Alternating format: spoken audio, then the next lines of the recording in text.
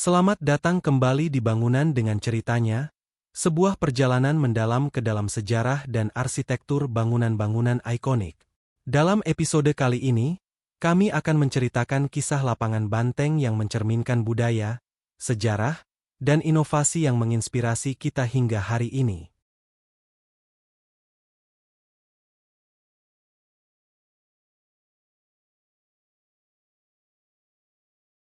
Dibangun pada era kolonial Belanda, lapangan banteng awalnya dikenal sebagai Waterloo Plain, sebuah alun-alun besar yang digunakan untuk parade militer dan acara penting lainnya. Pada masa itu, Batavia, sekarang Jakarta, adalah pusat perdagangan dan administrasi yang penting di Asia Tenggara. Setelah Indonesia merdeka, nama Waterloo Plain diubah menjadi Lapangan Banteng. Pada tahun 1963, Monumen Pembebasan Irian Barat didirikan di tengah lapangan ini, merayakan kembalinya Irian Barat ke pangkuan Republik Indonesia. Monumen ini menjadi simbol perjuangan dan kebanggaan nasional. Monumen Pembebasan Irian Barat, yang berdiri megah di tengah lapangan banteng, merupakan hasil karya pematung Edi Sunarso, arsitek Friedrich Silaban dan Heng Ngantung. Dibangun pada tahun 1963, monumen ini dirancang untuk memperingati kembalinya Irian Barat ke pangkuan Republik Indonesia. Desainnya yang gagah dengan patung manusia yang mengangkat tangan mencerminkan semangat perjuangan dan kemerdekaan bangsa.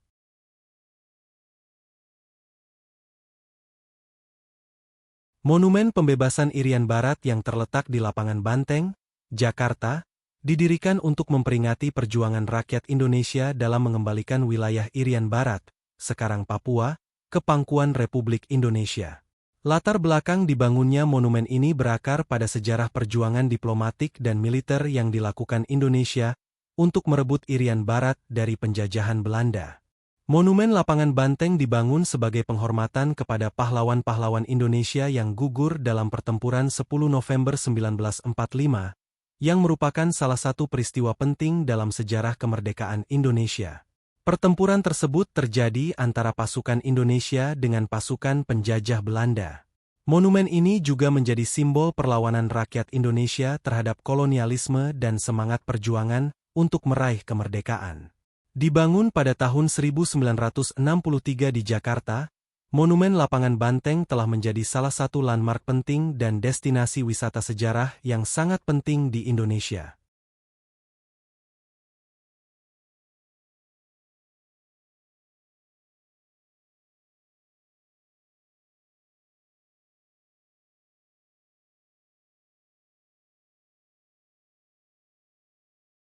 Friedrich Silaban adalah salah satu arsitek paling berpengaruh dalam sejarah arsitektur Indonesia.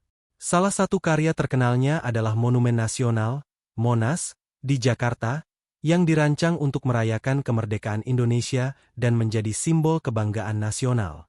Selain Monas, Silaban juga merancang Masjid Istiqlal, masjid terbesar di Asia Tenggara, yang menjadi simbol toleransi dan kemerdekaan beragama di Indonesia.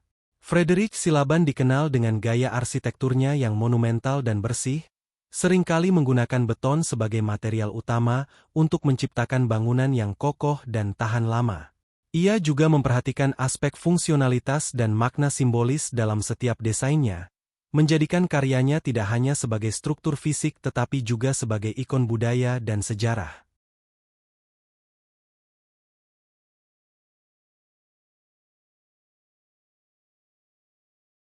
Edi Sunarso adalah seorang pematung dan seniman terkenal Indonesia yang memiliki kontribusi besar dalam seni patung monumental di Indonesia. Selain Monumen Pembebasan Irian Barat, Edi Sunarso juga terlibat dalam pembuatan beberapa monumen lainnya yang sangat berpengaruh, seperti Monumen Selamat Datang di Bundaran HI, Jakarta, yang juga dirancang oleh Friedrich Silaban. Monumen ini terkenal dengan patung sepasang manusia yang melambai, menyambut kedatangan tamu-tamu dari luar negeri saat Asian Games 4 pada tahun 1962. Karya Edi Sunarso seringkali menonjolkan semangat nasionalisme dan perjuangan, mencerminkan semangat zaman saat Indonesia berjuang untuk mempertahankan dan memperkuat identitas nasionalnya. Dengan detail yang kuat dan proporsi yang monumental, patung-patung karyanya tidak hanya menghiasi kota-kota besar di Indonesia, tetapi juga menginspirasi generasi muda tentang pentingnya sejarah dan perjuangan bangsa.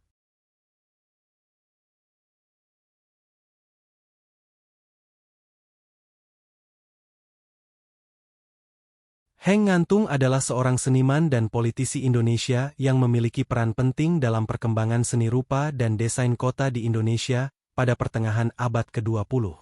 Heng Ngantung memulai karirnya sebagai seniman dengan fokus pada seni lukis.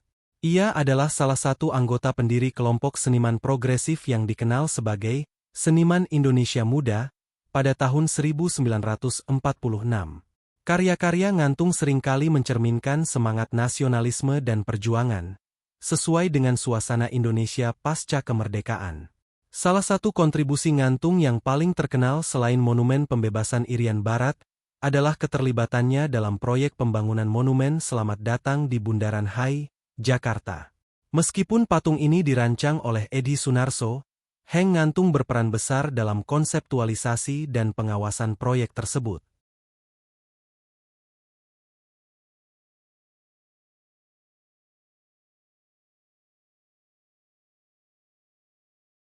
Pada era modern, khususnya pada periode 2017 hingga 2018, lapangan Banteng mengalami renovasi besar-besaran di bawah pengawasan arsitek Yoriantar dari Han Awal and Partners. Renovasi ini dilakukan dengan tujuan untuk mengembalikan fungsi lapangan Banteng sebagai ruang publik yang multifungsi dan ramah lingkungan. Beberapa perubahan signifikan yang dilakukan meliputi penataan lanskap, fasilitas modern, konservasi monumen, dan penggunaan ruang yang fleksibel.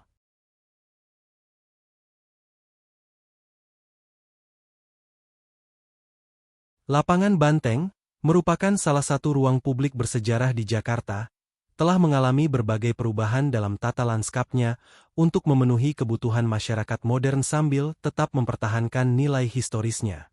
Revitalisasi lanskap lapangan ditata ulang untuk menciptakan ruang terbuka hijau yang lebih luas dan nyaman bagi pengunjung. Area taman diperbesar dan dihiasi dengan berbagai tanaman lokal yang menambah keindahan dan kesejukan lapangan. Jalur pejalan kaki yang nyaman dan luas dibangun untuk memudahkan akses dan mobilitas pengunjung. Jalur ini menghubungkan berbagai bagian lapangan, termasuk Monumen Pembebasan Irian Barat, area bermain, dan fasilitas olahraga. Lapangan Banteng juga dilengkapi dengan berbagai fasilitas olahraga seperti lapangan basket, lapangan sepak bola mini, dan area jogging. Fasilitas ini dirancang untuk mendorong aktivitas fisik dan gaya hidup sehat di kalangan masyarakat.